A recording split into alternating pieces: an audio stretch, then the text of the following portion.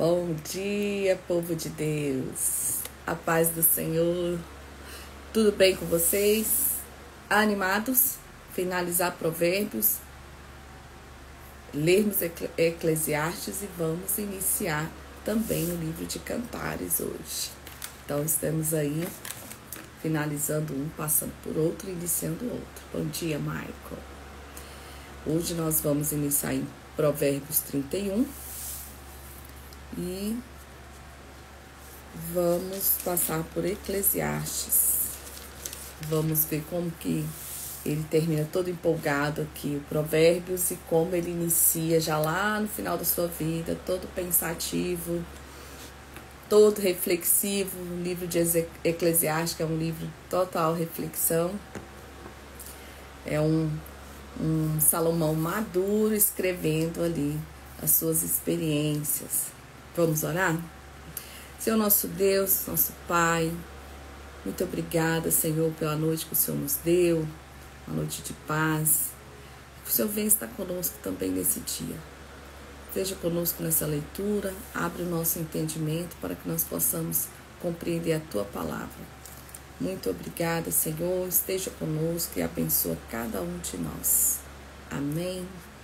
Amém. Então vamos iniciar logo o capítulo 31, que hoje tem muita coisa para ser lida. E vamos, 31 de Provérbios. A palavras do rei Lemuel. Palavras do rei Lemuel, a profecia a qual lhe ensinou sua mãe. Então, Lemuel era o outro nome de Salomão. A sua mãe era Batseba. E esse provérbio, esse capítulo é dito dos conselhos que a mãe dele dava para ele. Então, que ela ensinava Samuel. Como meu filho, filho do meu ventre, como, ó filho dos meus votos. Não dê às mulheres a tua força, nem os teus caminhos ao que é para destruir os reis. Então, aqui é a questão da moralidade que ela está falando, né? Que é para ele não perder isso, porque a gente sabe que ele teve 300 mulheres, 700 concubinas, era muita mulher, tanto que a gente vai perceber que isso teve uma grande influência na vida dele.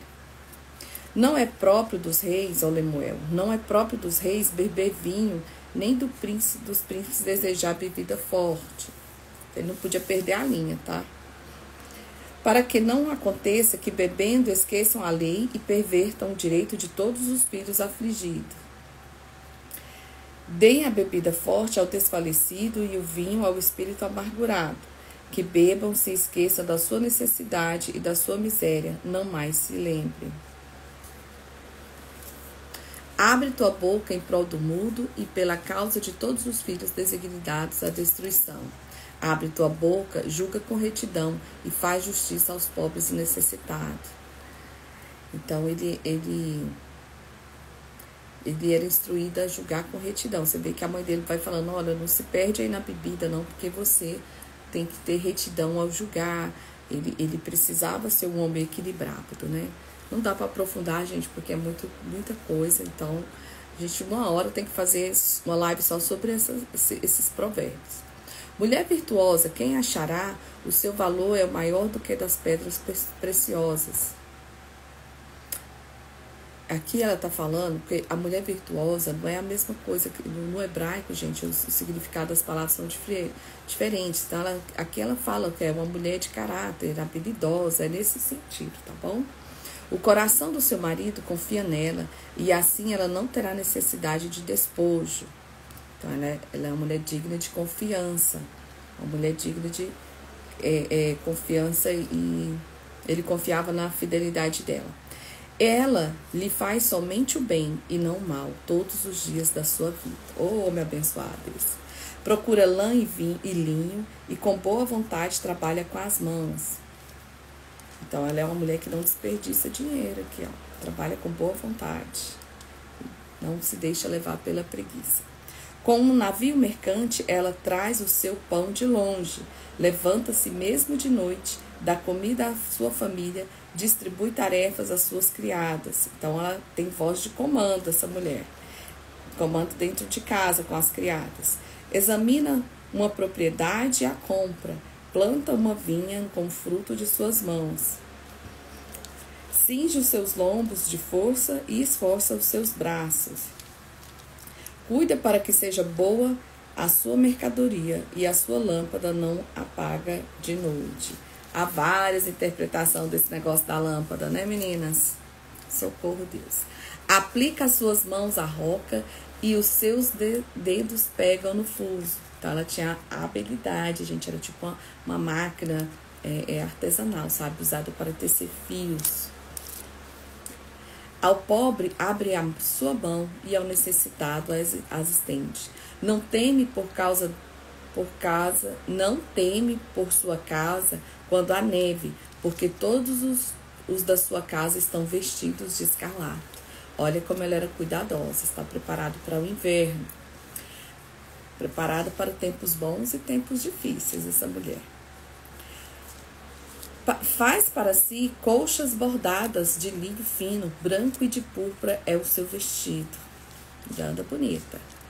O seu marido é conhecido nas portas quando se assenta com os anciãos da terra. Faz tecidos de linho fino e os vende e entrega cintas aos mercadores. A força e a honra são a sua vestimenta e do dia futuro ri. Então, ela faz com qualidade e a sua mercadoria que é procurada em toda parte do mundo, ó, no dia do futuro. Abre a sua boca com sabedoria e a lei da benignidade está em sua língua. Vigia sobre a conduta da sua família e não come o pão da ociedade. Ela não é preguiçosa. Os seus filhos se levantam e a chamam de bem-aventurada. Seu marido também a elogia dizendo: muitas filhas procedem excelentemente, mas tu supera a todas. Oh, mulher boa. Enganosa é a beleza e vã a formosura, mas a mulher que teme ao Senhor, essa será louvada. Dá-lhe o fruto das suas mãos e os seus feitos a exalte nas portas. Essa é a mulher virtuosa. Então, a gente vê que é uma mulher habilidosa, uma mulher de atitude, uma mulher que se preocupa com a família, uma mulher que sabe negociar, que se precisar prover, ela está ali para prover. Então, essas são várias qualidades numa mulher só. E o final fala que ela é uma mulher que teme ao Senhor. Então, nós sabemos que o temor ao Senhor é o princípio da sabedoria. Se ela tem isso, é uma mulher virtuosa, ela vai saber se portar nas situações. E agora finalizamos Provérbios e vamos para Eclesiastes. Eclesiastes já é Salomão lá no final da sua vida, todo reflexivo, pensando o que deu bom, o que deu ruim, o que vale a pena, o que não vale a pena. E ele está numa fase assim que a gente fica até com peninha dele quando ele começa a escrever. Porque ele passa 2 capítulos só remoendo as coisas que dá errado. Ó vida, ó dia, nada vale a pena, tudo é vaidade. Então, e explicando que a vaidade que ele se retrata nesse livro, ele está sempre repetindo que tudo é vaidade. Não é a vaidade da beleza, da maquiagem, da arrumação, da vaidade que nós temos no nosso contexto aqui. A vaidade que ele se refere, ela, na sua originalidade da palavra, ela quer dizer que é passageira, que passa, que acaba, que não é eterno. Então, tudo passa, é isso que ele quer dizer. E não que é vaidade, como o povo fala, ai, tudo é vaidade, ó, colocou o brinco, que vaidade, fez uma make, é vaidade. Então, não tem nada a ver, tá? A vaidade que ele se refere quer dizer aqui que não faz sentido, que é passageiro, que acaba. Então, vamos lá. Eclesiastes, capítulo 1. Nada tem sentido as palavras do mestre, filho de Davi, rei de Jerusalém. Então, filho de Davi, por que coloca rei de Jerusalém? Para a gente saber que foi Salomão que escreveu, tá?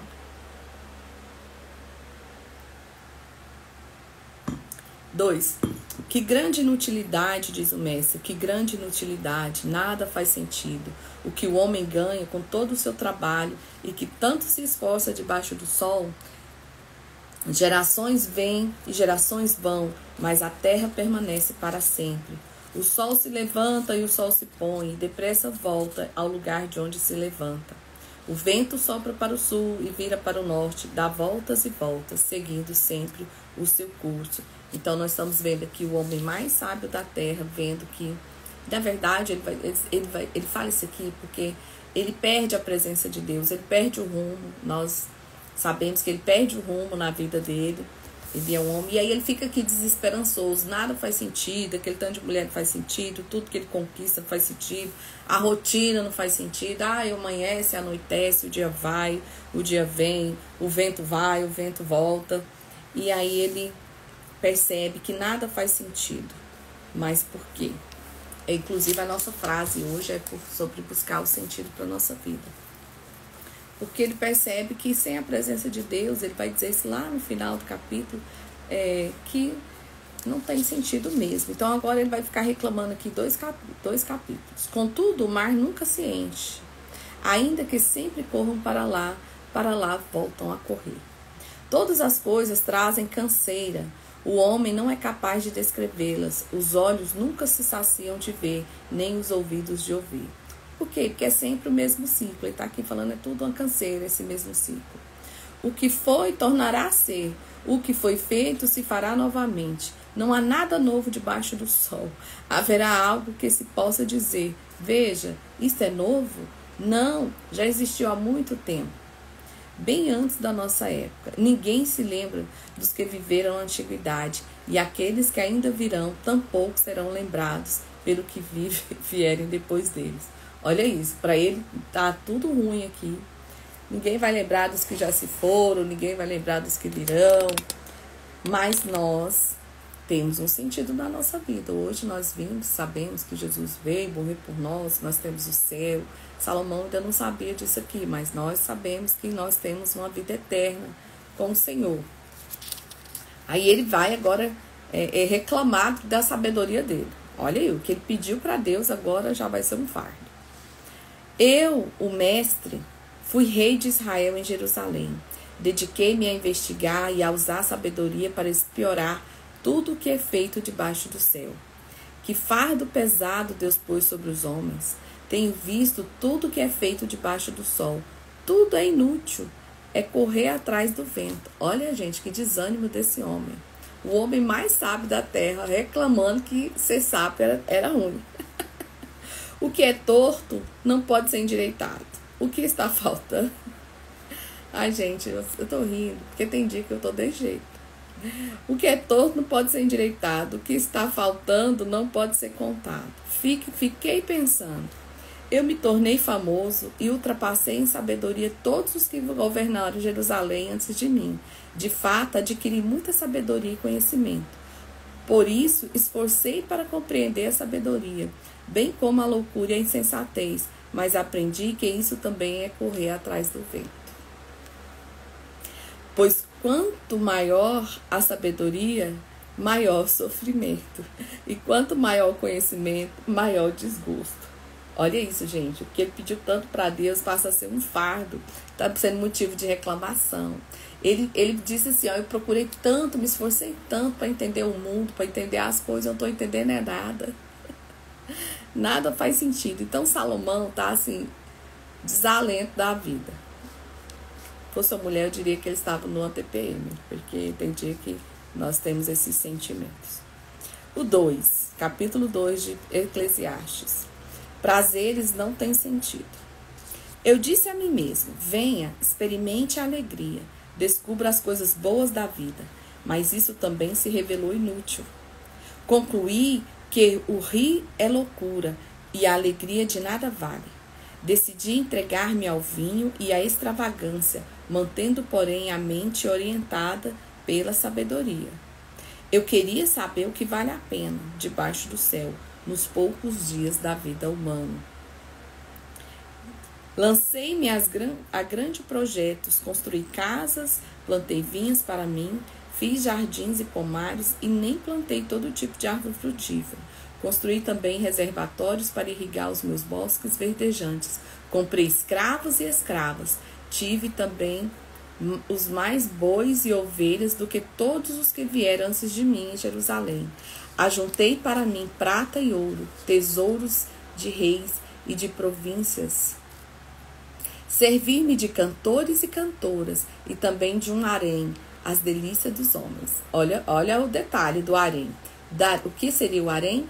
As delícias dos homens. Tornei-me mais famoso e poderoso do que todos os que vieram em Jerusalém entre mim, antes de mim, conservando comigo a minha sabedoria. Gente, olha que tristeza. Ele aqui já teve todas as decepções e ele está dando um exemplo aqui de uma pessoa pessimista.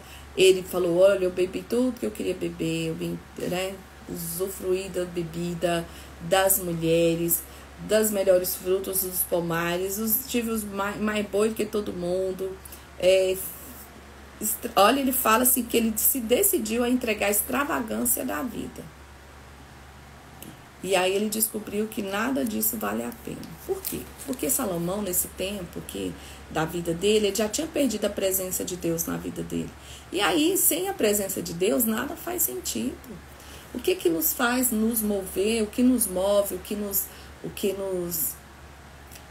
que nos faz superar todas as coisas e ver a alegria nas coisas é justamente a presença de Deus. Por quê? Porque é o Espírito Santo que nos renova, que nos dá entendimento, que nos dá... E a presença de Deus, o temor...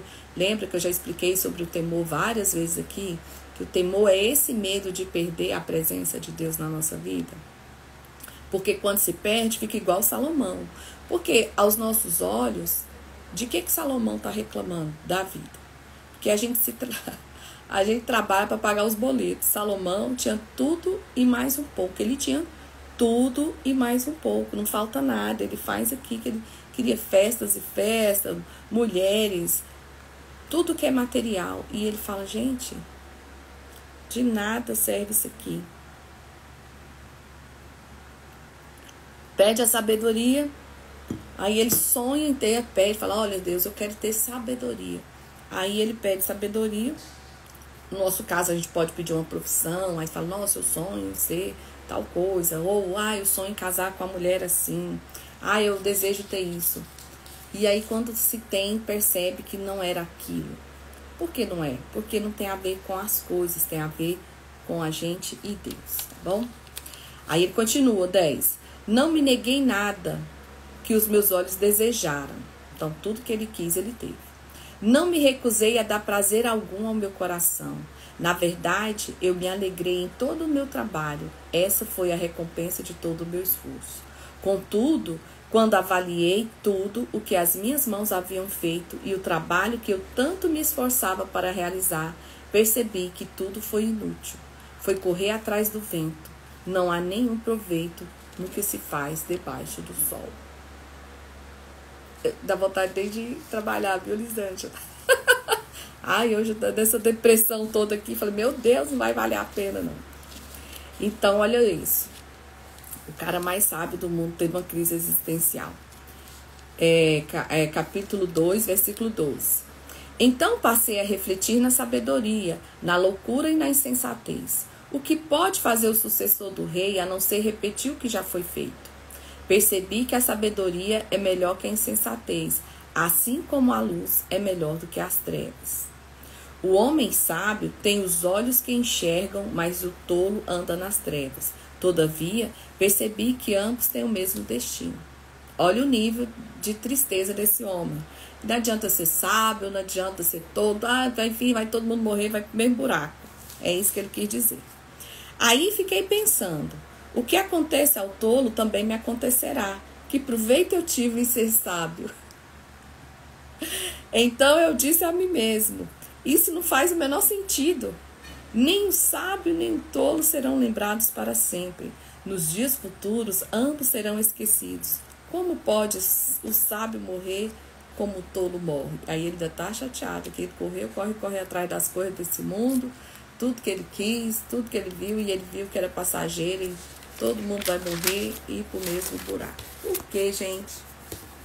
Porque sem Deus nós não somos ninguém, né? 17. Olha ele que ele vai falar sobre o trabalho. Por isso desprezei a vida, pois todo o trabalho que faz debaixo do sol pareceu-me muito pesado. Tudo era inútil, era correr atrás do vento. Desprezei todas as coisas pelas quais eu tanto me esforçara debaixo do sol, pois terei que deixá-las para aquele que me suceder. E quem pode dizer se ele será sábio ou tolo? Olha ele falando, não adiantou nada, juntei tudo isso, vai ficar de herança para o meu filho, e aí ele vai saber usufruir, vai saber aproveitar disso?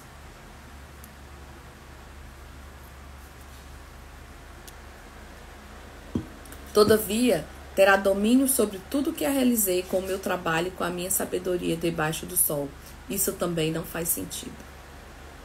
Cheguei ao ponto de me desesperar por todo o trabalho no qual tanto me esforcei debaixo do sol. Olha isso. Chegou a desesperar. Pois um homem pode realizar o seu trabalho com sabedoria, conhecimento e habilidade, mas terá que deixar tudo o que possui como herança para alguém que não se esforçou por aquilo. Isso também é um absurdo e uma grande injustiça. É mesmo. Você tem que aprender, gente, a aproveitar as coisas, tá? Ele tá vendo aqui que tudo que ele construiu, ele vai deixar para alguém que não sabe nem se vai saber aproveitar. A minha mãe fala assim que a gente morre e o serviço fica. Porque às vezes a gente se dedica tanto, de uma forma tão absurda, que a gente acaba com a nossa saúde, acaba com a nossa família. Ele vai falar sobre isso aqui mais na frente, de você se dedicar demais ao trabalho. O que ele está relatando aqui nesse momento é que ele trabalhou, juntou, fez e parece que não vai valer a pena. Que proveito tem um homem de todo o esforço e de toda a ansiedade com que trabalha debaixo do sol? Durante a sua vida, o seu trabalho é pura dor e tristeza. Mesmo à noite, a sua mente não descansa. Isso também é um absurdo. Também acho, Salomão. Para o homem, não existe nada melhor do que comer, beber e encontrar prazer em seu trabalho. E vi que isso também vem da mão de Deus. E quem aproveitou melhor as comidas e os prazeres do que eu? Ao homem que o agrada, Deus dá sabedoria, conhecimento e felicidade. Quanto ao pecador, Deus encarrega de se ajuntar e armazenar riquezas para entregá-las a quem o agrada. Isso também é inútil, é correr atrás do vento. Ô Salomão! E ele só descobre isso mais pro final da vida, né? Ele viu que tudo perdeu sentido e teve essa crise existencial. Por isso que a gente tem que buscar sentido para nossa vida. A gente tem que ter um propósito para nossa vida, tá?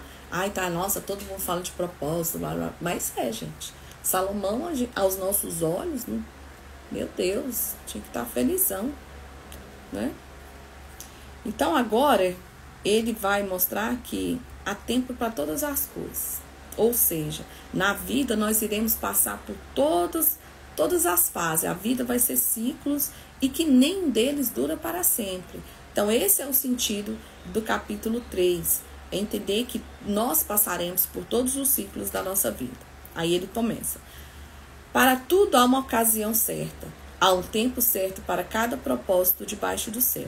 É tempo de nascer e tempo de morrer, tempo de plantar e de arrancar o que plantou, é tempo de matar e o tempo de curar, tempo de derrubar e tempo de construir, tempo de chorar e tempo de rir, tempo de prantear e tempo de dançar, tempo de espalhar pedras e depois de ajuntá-las, tempo de abraçar e tempo de se conter, tempo de procurar e tempo de desistir, tempo de guardar e tempo de jogar fora, tempo de rasgar e tempo de costurar, tempo de calar e tempo de falar, tempo de amar e tempo de odiar, tempo de lutar e tempo de viver em paz. O que ganha o trabalhador com seu esforço?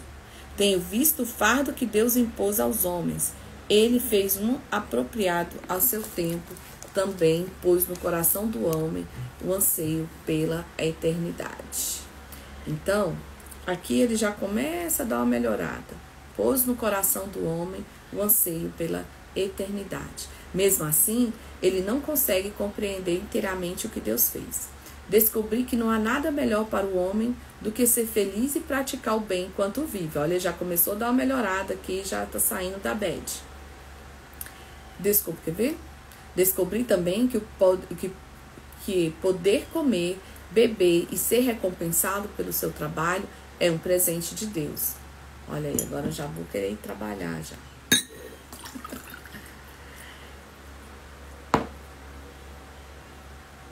Sei que tudo que Deus faz permanecerá para sempre. A isso nada se pode acrescentar e disso nada se pode tirar. Deus assim faz para os homens, para que os homens o temam. Então, olha que ele está entendendo aqui que o que Deus faz é eterno. Aquilo que é já foi e o que será já foi anteriormente. Deus investigará o passado. Descobri também que debaixo do sol, no lugar da justiça, havia impiedade, e no lugar da retidão, ainda mais impiedade. Fiquei pensando, o justo e o ímpio, Deus julgará ambos, pois há um tempo para todo propósito, um tempo para tudo que acontece. Então, ele acha um dia isso vai ser resolvido, né? Também pensei, Deus prova os homens para que vejam que são como animais. O destino do homem é o mesmo do animal. O mesmo destino os aguarda. Assim como morre um, também morre o outro. Todos têm o mesmo fôlego de vida. O homem não tem vantagem alguma sobre o animal. Nada faz sentido. Todos vão para o mesmo lugar. Vieram todos do pó e ao pó tornarão. Quem pode dizer se o fôlego do homem sobe às alturas e se o fôlego do animal desce para a terra? Por isso concluí que não há nada melhor para o homem do que desfrutar do seu trabalho, porque esta é a sua recompensa. Pois quem poderá fazê-lo ver o que acontecerá depois de morto? Olha isso, ele está aqui pensando, ele acha já que o homem já não tem esse desejo de eternidade, mas ele não sabe. Ele falou, e aí, quem que me diz se o homem vai morrer? Se ele vai para o céu e o cachorro não vai para lugar nenhum. Porque ele vai falar, por que um vai para cima e o outro vai para baixo? Ele ainda não tem. Hoje nós temos a ciência, Jesus já veio, já explicou tudo isso para nós. Nós temos essa ciência. Hoje, por isso que hoje nós temos esse sentido da vida. Salomão ainda não tinha esse conhecimento, ele só sabia da promessa. Capítulo 4. Olha como ele vai falar como é difícil sobreviver. É difícil sobreviver. As injustiças e os absurdos da vida. De novo olhei e vi a opressão que ocorre debaixo do sol. Vi as lágrimas dos oprimidos, mas não há quem os console. O poder está do lado dos opressores e não há quem os console. Mais atual que isso, nem sei dizer o que é. Por isso, considerei os mortos mais felizes do que os vivos, pois estes ainda têm que viver. No entanto, melhor do que ambos é aquele que ainda não nasceu, que não viu o mal que faz debaixo do sol. Descobri que todo trabalho, toda realização surgem de competição. Isso aqui está melhor, parece que está travando minha imagem.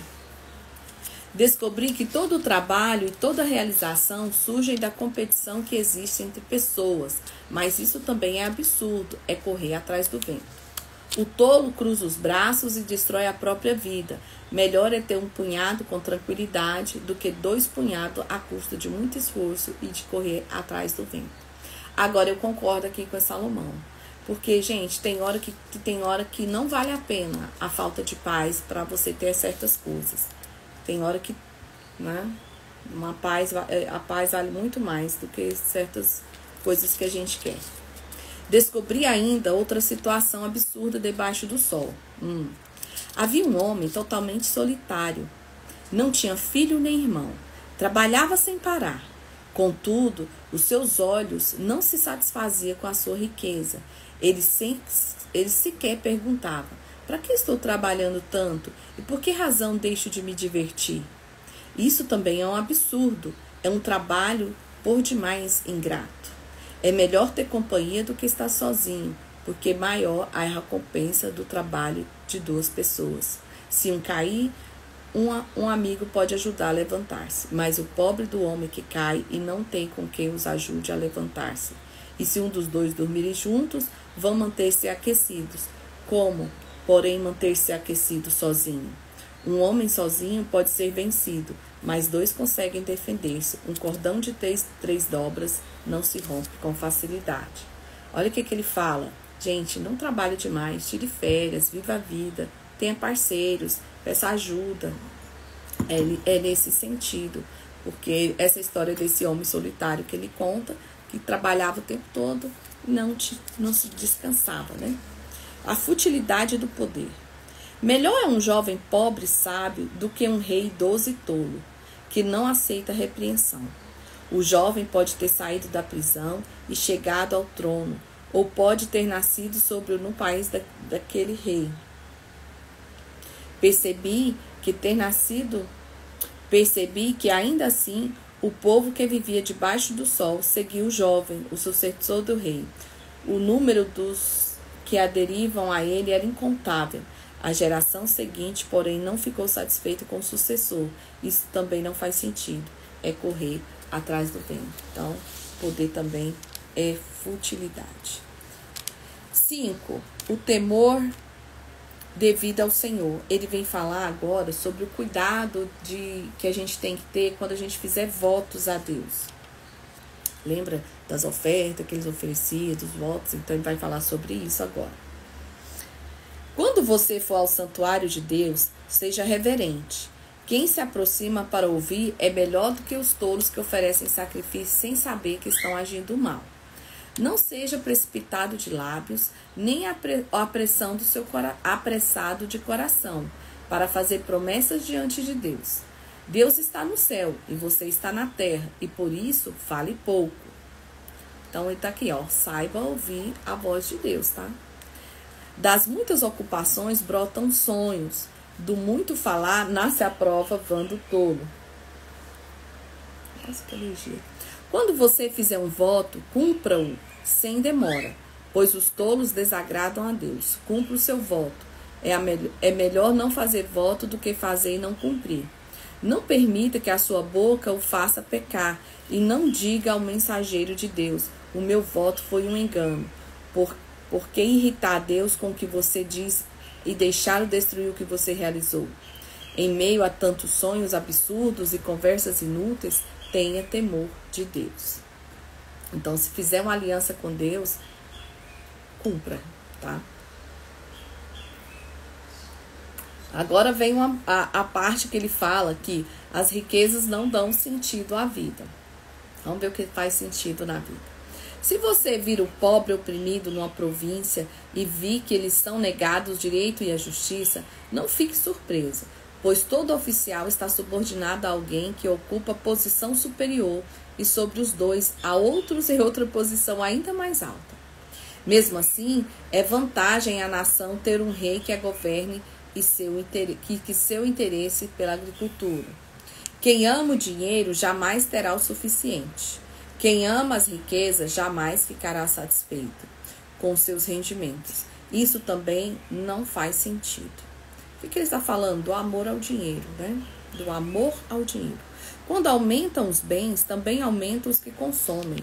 E que benefício traz os bens a quem os possui, se não dá um pouco de alegria aos seus olhos? O sono do trabalhador é ameno, que coma pouco, quer coma muito. Mas a fartura de um homem rico não lhe dá tranquilidade para dormir. Olha isso, gente. A fartura de um homem rico não lhe dá tranquilidade para dormir. O que ele está falando? Que amar o dinheiro, que não descansar.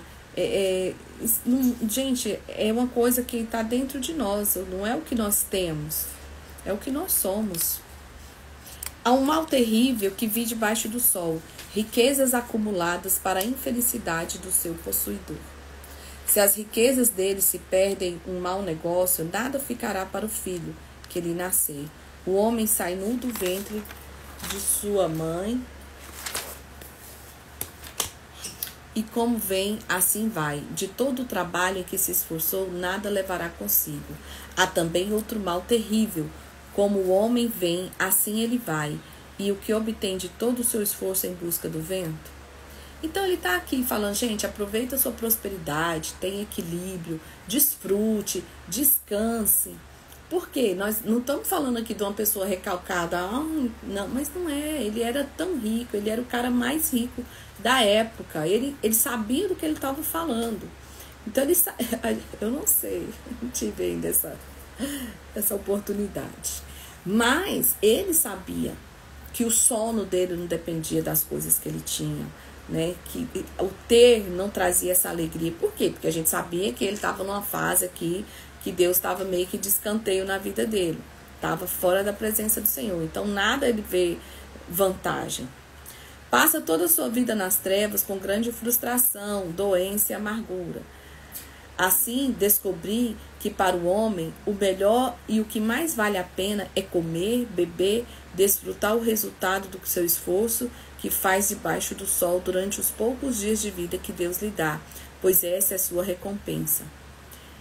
E quando Deus concede riquezas e bens a alguém e o capacita a desfrutá-los e aceitá-los à sua sorte e ser feliz em seu trabalho, isso é um presente de Deus. Raramente essa pessoa fica pensando na brevidade da sua vida, porque Deus o mantém ocupado com a alegria do coração. Aprender a desfrutar, viu? Tá aqui falando que a gente tem que desfrutar de tudo aquilo que a gente tem. Ah, eu moro num condomínio que tem piscina. Nunca fui lá. Vai lá, minha filha. Tá pagando condomínio pra quê? Ai, tem condição, tem dinheiro para passear. Vai passear com seus filhos. Passa um final de semana agradável, usufrua. É usufruir. Tem condição de pagar uma pessoa para cuidar das coisas. Cuide e curta a sua família, porque ele fala que a vida é curta e a gente só vai levar do que se viveu. 6, capítulo 6. Vi ainda outro mal debaixo do sol, que pesa bastante sobre a humanidade. Deus dá riquezas, bens e honra ao homem, de modo que não lhe falta nada do que os seus olhos desejam. Mas Deus não lhes permite desfrutar tais coisas, e outro a desfruta em seu lugar. Isso não faz sentido, é um mal terrível. A Bíblia fala, né? Uns plantam, outros regam, outros colhem. Tem gente que produz e quem vai usufruir são os herdeiros, né? Olha os 3. Um homem pode ter 100 filhos e viver muitos anos. No entanto, se não desfrutar das coisas boas da vida, digo que uma criança que nasce morta e nem ao menos recebe um enterro digno, tem melhor sorte do que ele. O cara pode ter 100 filhos, se ele não usufruir, se ele não conviver com esses 100 filhos, ele fala que aquele que nasceu e já logo morreu, teve muito mais sorte que essa pessoa. Olha o nível de comparação, gente. Ela nasce em vão e parte em trevas, e nas trevas o seu nome fica escondido. Embora jamais tenha visto o sol ou conhecido qualquer coisa, ela tem mais descanso do que tal homem. Pois de que lhe valeria viver 2000 anos sem desfrutar da sua prosperidade? Afinal, não vão todos para o mesmo lugar? Todo o esforço do homem é feito para sua boca, contudo, o seu apetite jamais satisfaz. Que vantagem tem o sábio em relação ao tolo? Que vantagem tem o pobre em saber como se portar diante dos outros? Melhor é contentar-se com os que os olhos veem do que sonhar com o que se deseja. Isso também não faz sentido. Tem gente que sonha tanto, deseja tanto, que esquece de viver as coisas boas que tem, sabe? De agradecer e de usufruir do que tem, fica só pensando no que quer. É sobre isso aqui. Tudo que existe já recebeu nome e já sabe o que o homem é. Não se pode lutar contra alguém mais forte. Quanto mais palavras, mais tolices, e sem nenhum proveito. Na verdade, quem sabe o que é bom para o homem, nos poucos dias da sua vida vazia, e quem lhes passa como uma sombra, quem poderá contar-lhe o que lhe acontecerá debaixo do sol depois que ele partir? Então, ele está falando, tudo vai acabar, né? 7. Sobre sabedoria agora. O bom nome é melhor do que um perfume finíssimo, e o dia da morte é melhor do que o dia do nascimento. É melhor ir a uma casa onde há luto do que uma casa em festa, pois a morte é o destino de todos. Os vivos devem levar isso a sério. A tristeza. Por quê, gente? Porque no dia do falecimento é um dia de honra para você, para falar a verdade. Porque ali você vai ver o legado que a pessoa deixou, o propósito que a pessoa viveu. E você tem várias recordações das coisas boas. O ideal é que seja coisas boas, né? Pelo amor de Deus. Vamos viver aí direito para quando chegar o dia da nossa partida, as pessoas que ficarem lembrarem do nosso legado. Nossa, o que essa pessoa fez? Essa pessoa era assim, era assado, fez por isso, aquilo, buscava isso, aquilo, outro. Tá? Por isso que ele fala que o dia do velório, né, visitar um velório é melhor do que o dia que um bebê nasce. Por causa dessa reflexão sobre o propósito da vida daquele que se foi. A tristeza é melhor que o riso, porque o rosto triste melhora o coração. O coração do sábio está na casa onde há luto, mas o do tolo na casa da alegria. É melhor ouvir a repreensão de um sábio do que a canção dos tolos. Tal como o estalo de espinhos debaixo da panela, assim é o riso dos tolos. Eita, isso também não faz sentido. A opressão transforma o sábio em tolo e o suborno corrompe o coração. O fim das coisas é melhor do que o início, e o paciente é melhor do que o orgulhoso. Ah, entendi. Por que o fim das coisas é melhor do que o início? Porque não importa como começou, importa como vai terminar, tá bom? Então, se você termina bem, glória a Deus. Se você começa bem e termina mal, não foi legal. Não permita que a ira domine e depresse o seu espírito, pois a ira se aloja no íntimo dos tolos. Eita! Não diga, porque dias do passado foram melhores do que o de hoje, pois não é sábio fazer esse tipo de pergunta, então não viva no passado. A sabedoria como herança é coisa boa, a beneficia aqueles que veem o sol. A sabedoria oferece proteção como faz o dinheiro, mas as vantagens do conhecimento é esta: a sabedoria preserva a vida de quem a possui. Considere o que Deus fez, que pode endireitar quem pode endireitar o que ele fez torto.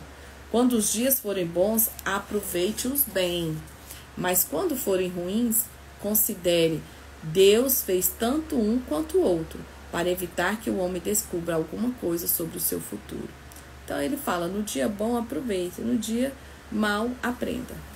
Nessa vida sem sentido, eu já vi de tudo. Um justo que morreu, apesar da sua justiça, um ímpio que teve vida longa, apesar da sua impiedade.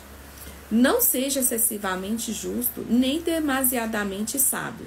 Por que destruir a você mesmo? Não seja demasiadamente ímpio e não seja tolo, porque para que morrer antes do tempo? É bom reter uma coisa e não abrir mão de outra, pois quem teme a Deus evitará ambos os extremos. A sabedoria torna o sábio mais poderoso que uma cidade guardada por 10 valentes. Olha isso.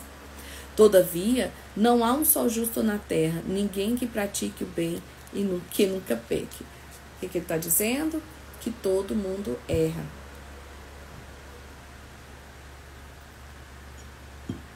Todo mundo erra. Não dê atenção a todas as palavras que o povo diz. Caso contrário, poderá ouvir o seu próprio servo falando mal de você. Pois em seu coração você sabe que muitas vezes você também falou mal dos outros. Toma essa. Tudo isso eu examinei mediante a sabedoria e disse: estou decidida a ser sábio, mas isso estava fora do meu alcance. A realidade está bem distante e é muito profunda. Quem pode descobri-la? Por isso, dediquei-me a aprender, a investigar, a buscar a sabedoria e a razão de ser das coisas, para compreender a insensatez da impiedade e a loucura da insensatez. Descobri que, muito mais amarga que a morte, é uma mulher que serve de laço, cujo coração é uma armadilha e cujas mãos são correntes. Olha essa mulher. Por que Porque ele casou com todo tipo de mulher, gente. Com certeza um cara que tem 1000 mulheres para ele eles conhecem todo tipo dessas senhoras, né? O homem que agrada a Deus escapará dela. Olha o segredo, então. O que é escapar da mulher, que é uma armadilha? Agradando a Deus, gente, ouvindo a Deus. Mas o pecador, ela apanhará. Veja, diz o mestre, isso foi o que descobri. Ao comparar uma coisa com a outra para descobrir a razão de ser, sim, durante a minha busca, que ainda não terminou, entre 1000 homens descobri apenas um que julgo digno, mas entre mulheres não achei uma sequer. Gente do céu, misericórdia. Ele achou um entre... Nos homens, entre 1000 ele achou um, e das mulheres não achou uma sequer. Assim cheguei a essa conclusão. Deus fez os homens justos, mas eles foram em busca de muitas intrigas. Então ele está frustrado com o tipo de mulher que ele arrumou. E tá certo ele para deixar o exemplo aqui para esses homens de hoje, né? Não cai no laço. Capítulo 8. A obediência devida ao rei. Tem muita coisa ainda. Meu Deus, comentando muito.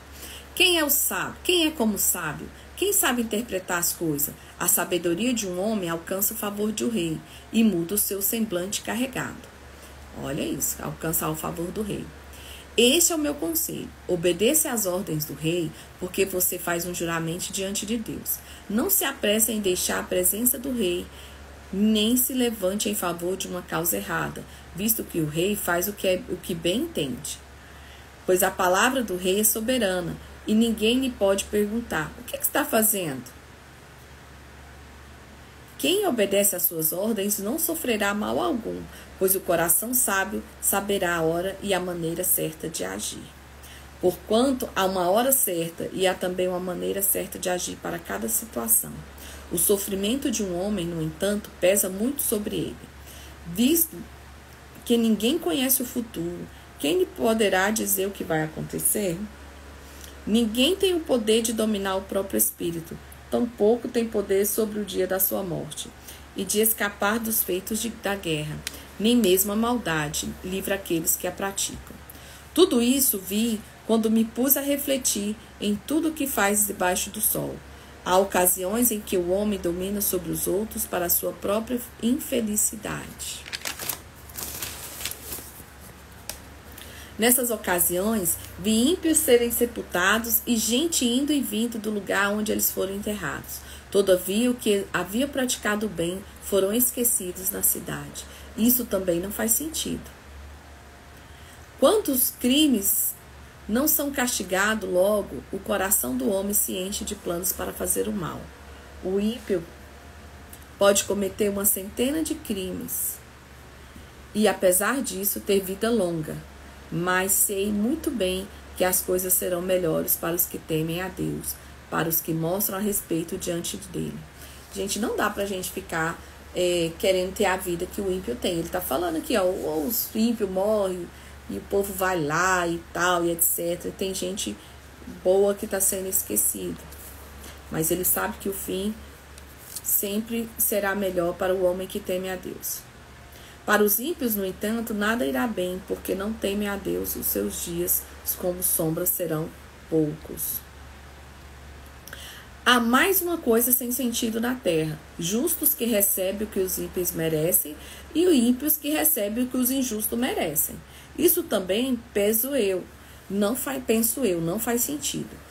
Por isso, recomendo que se desfrute a vida, porque debaixo do sol não há nada melhor para o homem do que comer, beber e alegrar-se. Sejam esses os seus companheiros no seu duro trabalho durante o dia da vida que Deus lhe deu debaixo do sol. Quando voltei a mente para conhecer a sabedoria e observar as atividades do homem sobre a terra, daquele cujos olhos não veem o sono, nem de dia nem de noite, percebi tudo o que Deus tem feito. Ninguém é capaz de entender o que se faz debaixo do sol. Por mais que se esforce para descobrir o sentido das coisas, o homem não o encontrará. O sábio pode até afirmar que entende, mas a realidade não consegue encontrar. Por quê, gente? Porque o sentido da vida está em Deus. E aí ele está falando, viva, aprenda a viver, usufrua, né? Que ele fala sobre o beber, comer, se alegrar. É isso. Não é porque o dia é difícil que nós vamos passar o dia azeda. A gente tem que estar melhorando. Isso, gente, é trabalhar dentro da gente o dia inteiro, todos os dias. Quem disse que é fácil? Quem disse que é fácil? Mas ele está falando. Por quê? Porque a vida é curta. A gente não sabe quanto tempo que nós vamos viver. E aí ele fala lá também que o dia da morte é importante por isso. Porque nós vamos saber. O que as pessoas vão falar de nós no nosso velório? Agora sobre o destino de todos nós. Refleti nisso tudo e cheguei à conclusão de que os justos e os sábios e aquilo que eles fazem estão nas mãos de Deus. Agora que ele descobriu. O que espera, seja amor ou ódio, ninguém sabe. Todos partilham de um destino comum. O justo e o ímpio, o bom e o mal, o puro e o impuro, o que oferece sacrifício e o que não oferece, o que acontece com o homem bom, acontece com o pecador. O que acontece com quem fez juramento, acontece com os que temem fazê-los. Este é o mal que há em tudo que acontece debaixo do sol. O destino de todos é o mesmo. O coração dos homens, além do mais, está cheio de maldade e uma loucura durante toda a vida. E, por fim, eles se juntarão aos mortos. Quem está entre os vivos tem esperança. Até um cachorro vivo é melhor do que um leão morto. Pois os vivos sabem que morrerão, mas os mortos nada sabem. Para eles não haverá mais recompensa, e já não se tem lembrança deles. Para eles, o amor, o ódio, a inveja, há muito desapareceram. Nunca mais terão parte em nada do que acontece debaixo do sol. Portanto, vá, coma com prazer a sua comida, beba o seu vinho de coração alegre, pois Deus já agradou do que você faz. Esteja sempre vestido com roupas de festa. Unja sempre a sua cabeça com óleo. Lembra que o sobre ungir era quando você estava feliz, quando você festejava, você ungia. A gente já estudou sobre isso. Unja sempre a sua cabeça com óleo. Não é hidratação de cabelo não, tá? Desfrute a vida com a mulher a quem você ama todos os dias dessa vida. Desfrute a vida com a mulher a quem você ama todos os dias dessa vida sem sentido que Deus dá a você debaixo do sol. Todos os seus dias sem sentido, pois essa é a sua recompensa na vida pelo seu árduo trabalho debaixo do sol. Qual que é a recompensa, meninas? Desfrutar a vidinha conosco. É o conselho que ele está dando para o homem, para nós também, desfrutar a vida com o nosso mozão. O que as suas mãos tiverem de fazer, que faça com toda a sua força, pois na sepultura para onde você vai, não há atividade nem planejamento, não há conhecimento nem sabedoria. Percebi ainda outra coisa debaixo do sol. Os velozes nem sempre vencem a corrida, os fortes nem sempre triunfam na guerra, os sábios nem sempre têm comida, os prudentes nem sempre são ricos, os instruídos nem sempre têm prestígio, pois o tempo e o acaso afetam todos. Além do mais, ninguém sabe quando virá a sua hora. Assim como os peixes são apanhados numa rede fatal e os pássaros são pegos numa armadilha, também os homens são enredados pelo tempo de desgraça que cai inesperadamente sobre eles. Agora sobre o valor da sabedoria. Também vi debaixo do sol este exemplo de sabedoria que muitos me impressionou. Havia uma pequena cidade de poucos habitantes. Um rei poderoso veio contra ela, cercou-a com muitos dispositivos de guerra. Ora, naquela cidade vivia um homem pobre, mas sábio, e com a sua sabedoria ele salvou a cidade. No entanto, ninguém se lembrou mais daquele homem. Por isso pensei, embora a sabedoria seja melhor do que a força, a sabedoria do pobre é desprezada, e logo as suas palavras serão esquecidas. As palavras dos sábios devem ser ouvidas com mais atenção do que os gritos de quem domina sobre os tolos. A sabedoria é melhor do que as armas de guerra, mas só um pecador destrói muita coisa boa. Eita, Salomão. 10. Assim como a mosca morta produz mau cheiro e estraga o perfume, também um pouco de insensatez pesa mais do que a sabedoria e a honra. O coração do sábio se inclina para o bem, mas o coração do tolo para o mal. Mesmo quando anda pelo caminho, o tolo age sem o mínimo de bom senso e mostra a todos que não passa de tolo. Olha isso, não saber se portar. Se a ira de uma autoridade se levantar contra você, não abandone o seu posto. A tranquilidade evita grandes erros. Esse é forte, hein? A tranquilidade evita grandes erros. Manter a calma, manter a compostura, domínio próprio. Há outro mal que vi debaixo do sol, um erro cometido pelos que governam. Tolos são postos em cargos elevados, enquanto ricos ocupam cargos inferiores.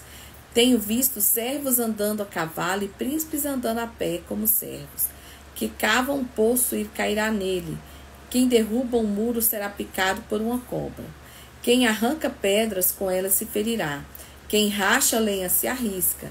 Se o machado está cego e a sua lâmina não foi afiada, é preciso golpear com mais força e agir com sabedoria assegura o sucesso. Olha, vários conselhos aqui, hein? Se a cobra morder antes de ser encantada, para que servirá o encantador? As palavras do sábio lhe trazem benefício, mas os lábios do insensato o destroem. No início das palavras são mera tolice, mas no final são loucura perversa. Nossa. Embora o tolo fale sem parar, ninguém sabe o que está por vir. Quem pode dizer outrem o que acontecerá depois? O trabalho do tolo o deixa tão exausto que ele nem consegue achar o caminho de casa. Pobre da terra. Esse aqui é forte, hein? Vou marcar isso aqui pra mim ver depois. Porque eu não vou ficar comentando muito pelo horário, tá bom? Pobre da terra cujo rei é jovem demais e cujos líderes fazem banquetes logo de manhã. Feliz é a terra cujo rei é de origem nobre e cujos líderes comem no devido tempo para recuperar as forças e não para embriagar-se.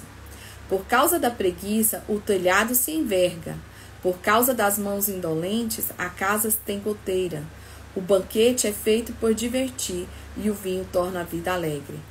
Nem em pensamento insulte o rei, nem mesmo o seu quarto amaldiçoe o rico, porque uma ave do céu poderá levar as suas palavras a seres alados, poderão divulgar o que você disser. Eita! Sabe os conselhos agora. Atire o seu pão sobre as águas, e depois de muitos dias você tornará a encontrá-lo. Reparta o que você tem com 7, até mesmo com 8, pois você não sabe que desgraça poderá cair sobre a terra. Quando as nuvens estão cheias de água, derramam chuva sobre a terra, quer uma árvore caia do sul, quer para o norte, onde cair ficará. Quem fica observando o vento não plantará, e quem fica olhando para as nuvens não colherá. Assim como você não conhece o caminho do vento, nem como o corpo é formado do ventre de uma mulher, também não pode compreender as obras de Deus, o Criador de todas as coisas. Plante de manhã a sua semente e mesmo ao entardecer não deixe as suas mãos ficarem à toa, pois você não sabe o que acontecerá e se esta ou aquela produzirá ou as duas serão igualmente boas. Vários conselhos aqui de Salomão, hein? Conselho para os jovens. A luz é agradável, é bom ver o sol. Por mais que um homem viva, deve desfrutar da sua vida toda. Lembre-se, porém, dos dias de trevas, pois serão muitos. Tudo que está para vir não faz sentido. Alegre-se, jovem, na sua mocidade. Seja feliz o seu coração nos dias da sua juventude. Siga por onde o seu coração mandar, até onde a sua vista alcançar. Mas saiba que por todas essas coisas Deus o trará a julgamento. Então, gente, tem que saber viver, aproveitar a juventude aqui. Afaste o seu coração e a ansiedade e acabe com o sofrimento do seu corpo, pois a juventude e o vigor são passageiros. Último capítulo, capítulo 12. Lembre-se do seu Criador nos dias da sua juventude. Olha isso, lá vem ele aqui, ó. Falar que o sentido é temer a Deus e guardar os seus mandamentos. Presta atenção, qual que é finalizou o Eclesiástico com o sentido da vida. Lembre-se do seu Criador nos dias da sua juventude, antes que venham os dias difíceis e se aproximem os anos do que você dirá, não tenho satisfação neles. Antes que se escureçam o sol e a luz e a lua e as estrelas, e as nuvens voltem depois da chuva. Quando os guardas da casa temerem e os homens fortes caminharem curvados. Quando pararem os moedores por os seus poucos, e aqueles que olham pelas janelas enxergarem embaçado. Quando as portas da rua forem fechadas e diminuir o som da moagem. Quando o barulho das aves o fizer despertar, mas o som de todas as canções parecer fraco para você. Quando você tiver medo de altura e dos perigos das ruas, quando florir a amendoeira, o gafanhoto for um peso e o desejo já não despertar, então o homem se vai para o seu lar eterno e os pranteadores já vagueiam pelas ruas. Olha como ele descreveu a velhice, né? Sim, lembre-se dele antes que os rompa o cordão de prata ou que se quebre a taça de ouro, antes que o cântaro se despedace junto à fonte, a roda que quebre junto ao poço, o pó volte à terra de onde veio, o espírito volte a Deus que o deu. Tudo sem sentido, diz o mestre. Nada faz sentido, nada faz sentido. Olha a conclusão. Além de ser sábio, o mestre também ensinou conhecimento ao povo. Ele escutou e examinou, colecionou muitos provérbios. Procurou também encontrar as palavras certas. O que ele escreveu era reto e verdadeiro. As palavras do sábio são como aguilhões, e a coleção dos seus ditos como os pregos bem fixados, provenientes do único pastor. Cuidado, meu filho, nada acrescente a eles. Não há limite para a produção de livros, e estudar demais deixa exausto o corpo. Eita, Lídia. Agora, já que ouviu tudo, aqui está a conclusão. Tema a Deus e obedeça os seus mandamentos, porque isso é o essencial para o homem, pois Deus trará o julgamento a tudo que foi feito, inclusive tudo que está escondido, seja bom ou seja mal. Olha como ele fala que o sentido da vida, o que é o sentido da vida? Temer a Deus. Então, Salomão nos dá aqui eu li todos, gente, todo. Provérbios teve algum ainda que eu pulei, mas Eclesiastes é muito reflexivo, Eclesiastes, né? E é um livro maravilhoso. E para finalizar, vamos para o Cântico dos Cânticos. Nós vamos ler o primeiro capítulo apenas hoje. Eu ia deixar para amanhã, mas deixa eu ver aqui.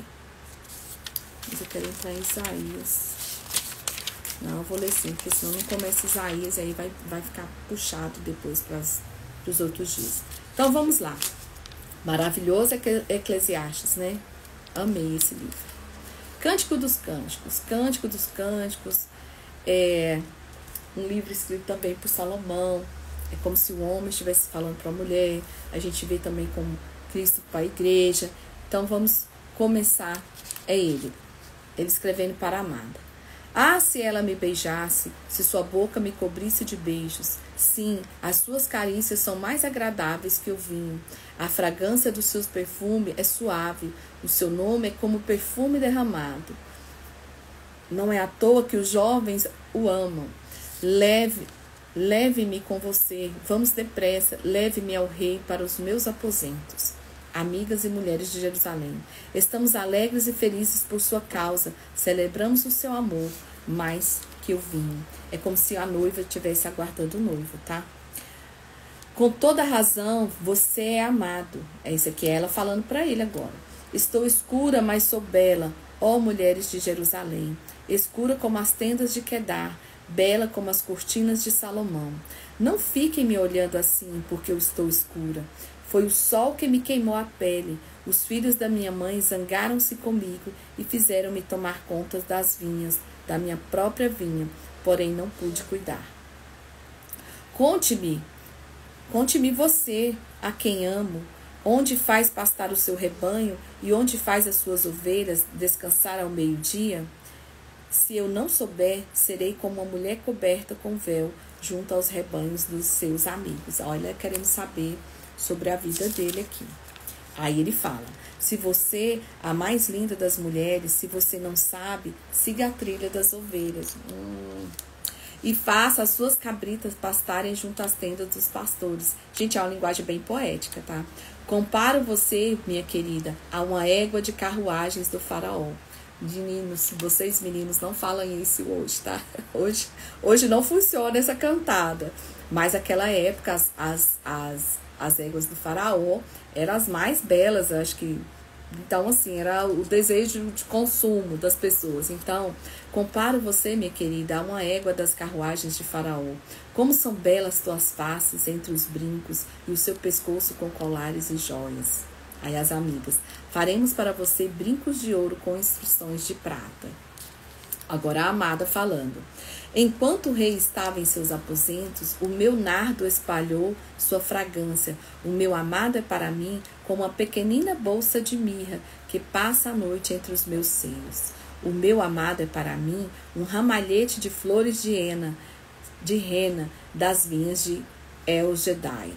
Olha o que ele fala para ela. Olha o nível desse povo, assim, tá muito apaixonado, porque esse negócio de mirra tão cuidadoso para dormir aqui. E ela fala que é assim que ele era para ela. E aí ele diz: ó, você é linda, minha querida. Ah, como é linda. Seus olhos são pombas. Se meu marido olhar para mim e falar assim, se olhar para mim hoje e falar seus olhos são pombas, eu vou achar que você tá doidão. Mas fazia sentido para eles. E aí ela finaliza: como você é belo, meu amado. Ah, como você é encantador, verdejante ao nosso leito. De cedro são as vigas da nossa casa e de cipestres os caibros do nosso telhado. Ou seja, forte, porque o cedro era a madeira mais forte. Então, aqui ela fala das vigas da casa dela, os caibros do telhado. Amanhã nós vamos continuar Cântico do Cântico. Vamos nos divertir lendo esse livro, porque ele é romântico. Fala também desse amor de Deus por nós. E é engraçado. Por quê? Porque hoje, pra gente falar essas coisas aqui, os seus olhos são como as pombas, não sei o quê. Pra mim não ia fazer o maior sentido, eu ia dar risada. Mas enfim, é um livro muito interessante, tem muito a nos ensinar. E aí vamos entrar nos profetas. E o primeiro é o profeta Isaías, né?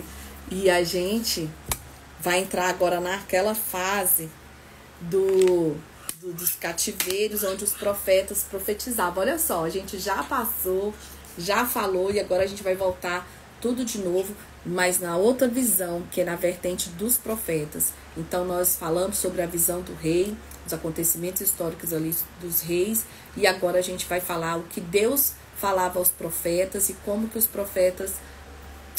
Com Deus, meu bem. Como que os profetas transmitiam isso para o povo e transmitiam para o rei. Então nós vamos passar por Cantares amanhã e iniciar com o livro do profeta Isaías, tá bom? Muito obrigada para vocês ficarem até agora. E vamos que nós chegamos lá. Vamos alcançar o objetivo final de concluir nossa Bíblia em 99 dias, se Deus quiser. Obrigada, gente. Até mais.